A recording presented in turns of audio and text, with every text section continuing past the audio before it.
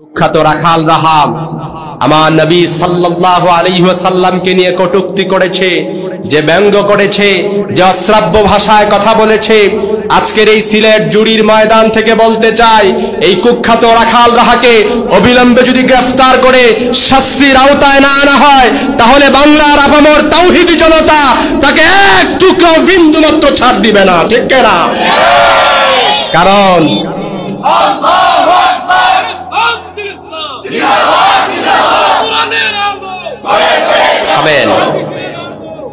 এই বাংলাদেশ আমরা সাম্প্রদায়িকতা সব সময় বজায় রাখি, কিন্তু আমাদেরকে যারা সাম্প্রদায়িক উস্কানি দিয়ে আমাদেরকে উস্কে দিতে চায়, সেই কুখ্যাত রাখাল রাহা সহ যারা আছে আমার নবী সাল্লাল্লাহু আলাইহি ওয়াসাল্লামকে নিয়ে কটূক্তি করে, অবশ্যই তাদেরকে গ্রেফতার করে শাস্তির আওতায় আনতে হবে, ঠিক না? কারণ তুমি আমার বাবাকে নিয়ে কথা বলো, আমি কিচ্ছু বলবো না। তুমি আমার বংশের লোকদেরকে নিয়ে কথা বলো, আমি কিচ্ছু বলবো না। কিন্তু যখন আমার কলিজার টুকরা নবী মুহাম্মদ সাল্লাল্লাহু আলাইহি সাল্লামকে নিয়ে কথা বলো, তখন ফাতেমা রাসূলের কোনো ক্ষমা নাই। সব কিছুর ছাড় দেওয়া যায়, সব কিছুর ক্ষমা করা যায়, কিন্তু যারা আমার নবীজিকে নিয়ে কটূক্তি করে, সেই ফাতেমা রাসূলের কোনো ক্ষমা হতে পারে না, ঠিক না? কারণ এই বাংলার জমিনে সবাই আমরা যার যার ধর্ম যার যার পালন করবে, তাতে কোনো বাধা নাই, তার এটা নাগরিক অধিকার, ঠিক কিনা বলেন? কিন্তু বাক স্বাধীনতার নামে যারা আমার নবীজি সাল্লাল্লাহু আলাইহি সাল্লামকে নিয়ে কটূক্তি করে, আমরাও বলতে চাই, তোমরা তোমাদের বাক স্বাধীনতা দেখাও, আমরা আমাদের হাতের স্বাধীনতা দেখে তোমাদেরকে প্রতিহত করব, ঠিক না? কারণ কুখ্যাত এই অখ্যাত কোত্থেকে কয়দিন পর পর যে ভেসে ওঠে। আপনি দেখবেন, আপনি তাদেরকে কখনো দেখছেন যে হিন্দুদের কোনো দেব দেবী, হিন্দুদের কোনো মূর্তি কিংবা তাদের কোনো দেবতা নিয়ে কখনো কেউ কটূক্তি করছে? আপনারা দেখেছেন কখনো? এজন্য দেখবেন তারা ভালো করেই জানে যে মুসলমানকে যদি তাদের নবীজি সাল্লাল্লাহু আলাইহি সাল্লাম, যাকে তারা প্রাণের চেয়ে বেশি ভালোবাসে, একটু মাত্র উস্কে দেয়া যায়, তাহলে ওই যে তারা দেখবেন একটু মাত্র উস্কানি দিলে তারা উস্কে উঠবে, আর পৃথিবীর সব বিশ্বে, সারা বিশ্বে এই মুসলমানদেরকে অসাম্প্রদায়িক অর্থাৎ সাম্প্রদায়িক ভাবে তারা রিপ্রেজেন্ট করবে, ঠিক না? এই দান্ধায় তারা সব সময় থাকে। আহা, মনে রাখবা, এই বাংলাদেশে আপনাকে হয় ঈমান নিয়ে থাকতে হবে, না হয় আপনাকে প্রকাশ্য বলতে হবে আমি ঈমান নয়, আমার ঈমান নেই, আমি মুনাফিক, ঠিক না বলেন?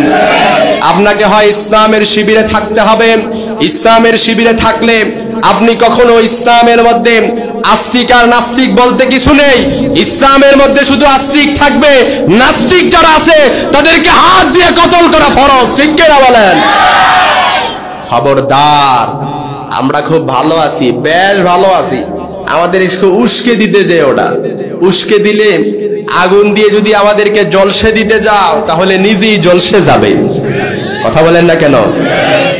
এজন্য এখান থেকে আমি মাজহারুল ইসলাম ভালো করে বলতে চাই, একেবারে লাউড এন্ড ক্লিয়ার স্পষ্ট ভাষায় বলতে যাই, সেই কুখ্যাত রাখাল রাহাম ইতিমধ্যে সে এনসিটিভি, যেটা একেবারে বই সংস্করণ, আমাদের বাচ্চারা ছেলে মেয়েরাই বই পড়বে, এই বই সংস্করণ, বই লেখালেখির দায়িত্ব আবার কার কাছে?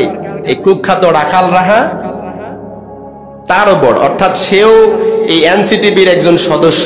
এজন্য তাকে শুধু বরখাস্ত নয়, এই বাংলার আপামর তাওহীদি জনতা তারা চায় কুখ্যাত রাখাল রাহার অবশ্যই ফাঁসি বাস্তবায়ন করতে হবে, ঠিক না?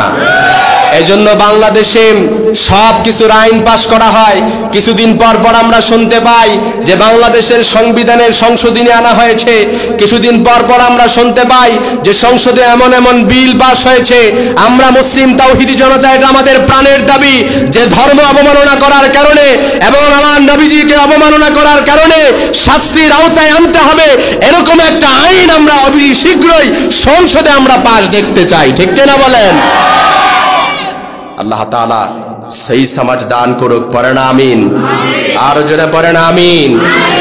আমরা মুসলমান কি অসাম্প্রদায়িকতা, আমরা সবসময় অসাম্প্রদায়িকতায় বিশ্বাস করি, কিন্তু যখন আমাদেরকে কেউ উস্কে দিতে চায়, আগুন দিয়ে জলসে দিতে চায়, মনে রেখো আমাদেরকে উস্কে দিলে টিকে থাকা যাবে, আমাদেরকে জলসে দিতে চাইলে নিজেরাই কি হয়ে যাবে?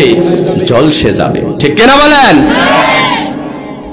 এজন্য আমার ভাইরা, আল্লাহ বলেছেন ইয়া আইয়ুহাল্লাযীনা আমানু লা তারফাউ আসওয়াতাকুম ফাওকা সাউতিন নবী, খবরদার নবীজির কণ্ঠের চাইতে তোমাদের কণ্ঠের আওয়াজ যেন উঁচু না হয়ে যায়।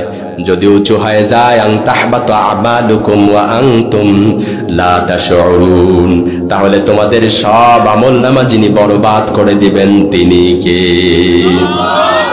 এজন্য দেখবেন যারা মক্কা কিংবা মদিনায় হজ করতে গিয়েছেন, অনেকেই দেখেছেন মদিনা শরীফে নবীজির রওজা মুবারকের সামনে লেখা লা তারফাউ আসওয়াতাকুম ফাওকা সাউতিন নবী, খবরদার নবীজির কণ্ঠের চাইতে তোমাদের কণ্ঠের আওয়াজ যেন উঁচু না হয়ে যায়। নবীজি ইন্তেকাল করেছেন ১৫০০ বছর আগে, কিন্তু আজ নবীজির রওজার সামনে লেখা লা তারফাউ আসওয়াতাকুম ফাওকা সাউতিন নবী। নবী ইন্তেকাল করেছেন, নবী দুনিয়াতে নাই, আজ আয়াতের হুকুম উপরে লেখার কারণ কি? কারণ কোন মুসলমান, কোন ইমানদার যখন নবীজির রওজা মুবারক জিয়ারত করতে যায়, সর্বপ্রথম সে যখন নবীজির রওজার সামনে দাঁড়ায়, তার দিলে তখন কল্পনায় চলে আসে, আহা, যে নবী আমাদের জন্য এত কষ্ট করেছেন, ১৫০০ বছর আগে তায়েফে রক্তাক্ত হয়েছেন, আমাকে দেখেন নাই কিন্তু আমার জন্য দোয়া করেছেন, যে নবী ইসলামের জন্য কুরবানি করেছেন, স্যাক্রিফাইস করেছেন, কত কষ্ট ত্যাগ তিতিক্ষা সহ্য করেছেন, এতদিন যে নবীর ভালোবাসা হৃদয়ে ধারণ করলাম, যে নবীর কথা এতদিন শুনলাম, এই নবী নাকি এই জায়গায় শুয়ে আছে। কোন মুমিন যখন এটা কল্পনা করে তখন কি সে ঠিক থাকতে পারে নাকি? আসতে বলবেন না, ঠিক থাকতে পারে নাকি? তখন চিৎকার দিয়ে ডাক দিতে ইচ্ছা করে, ইয়া নবী আল্লাহ, ঠিক না? ইয়া রাসূল আল্লাহ, চিৎকার দিয়ে ডাক দিতে ইচ্ছা করে, কলিজাটা ছিঁড়ে খান খান হয়ে যায়। কিন্তু আল্লাহ বললেন, নো, লা তারফাউ আসওয়াতাকুম ফাওকা সাউতিন নবী, এটা নবীর দরবার, এখানে চিৎকার করে চেঁচামেচি করে কোনো কথা বলা যায়? আসতে বলেন না, কোনো কথা বলা যায়? এজন্য খবরদার, এখানে চিৎকার করে কথা বলা যাবে না। ঠিক তদ্রুপ আল্লাহ তাআলা আয়াতের মাধ্যমে আমাদেরকে জানিয়ে দিলেন, নবীজিকে শিক্ষা দেওয়ার মাধ্যমে আমাদেরকে শিখিয়ে দিলেন, খবরদার আব্বা আম্মার বেলাও নিজেদের কণ্ঠস্বরকে তোমরা উঁচু করো না। আল্লাহু আকবার বলবেন না?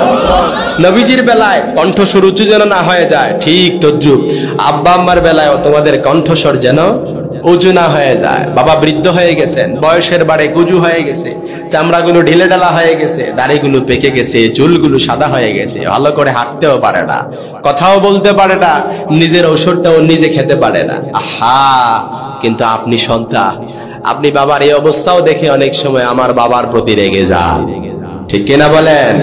আপনার ধৈর্য নাই, আপনার বিবির প্রতি ধৈর্য হয়, আপনার সন্তান যদি 1000টা ভুল করে আপনার সন্তানের প্রতি ধৈর্য হয়, কিন্তু বাবা বৃদ্ধ হয়ে গেলে, আমার বাবা একটা ভুল করে ফেললে আপনার ধৈর্য হয় না, ঠিক কিনা বলে? আমার বাবা পানি ধরতে পারে না ভালো করে, আপনি তাকে পানি খাইয়ে দেন না। আমার বাবা হাতটা কাঁপতে কাঁপতে যখন পানি খেতে গেছে, গ্লাসটা এমনিতে পড়ে গেছে, শেষ। যা বকাঝকা আছে এটা তো আপনি সন্তান হয়েও করেন, আবার আপনার বিবিও করে। কোত্থেকে একটা বইরা রাখছে, বইরার বলে কি বলেন? আহা, শুনতে খারাপ লাগলেও এটাই সত্য। আমার ঘরটারে জাহান্নাম বানায়, ঠিক কিনা বলেন?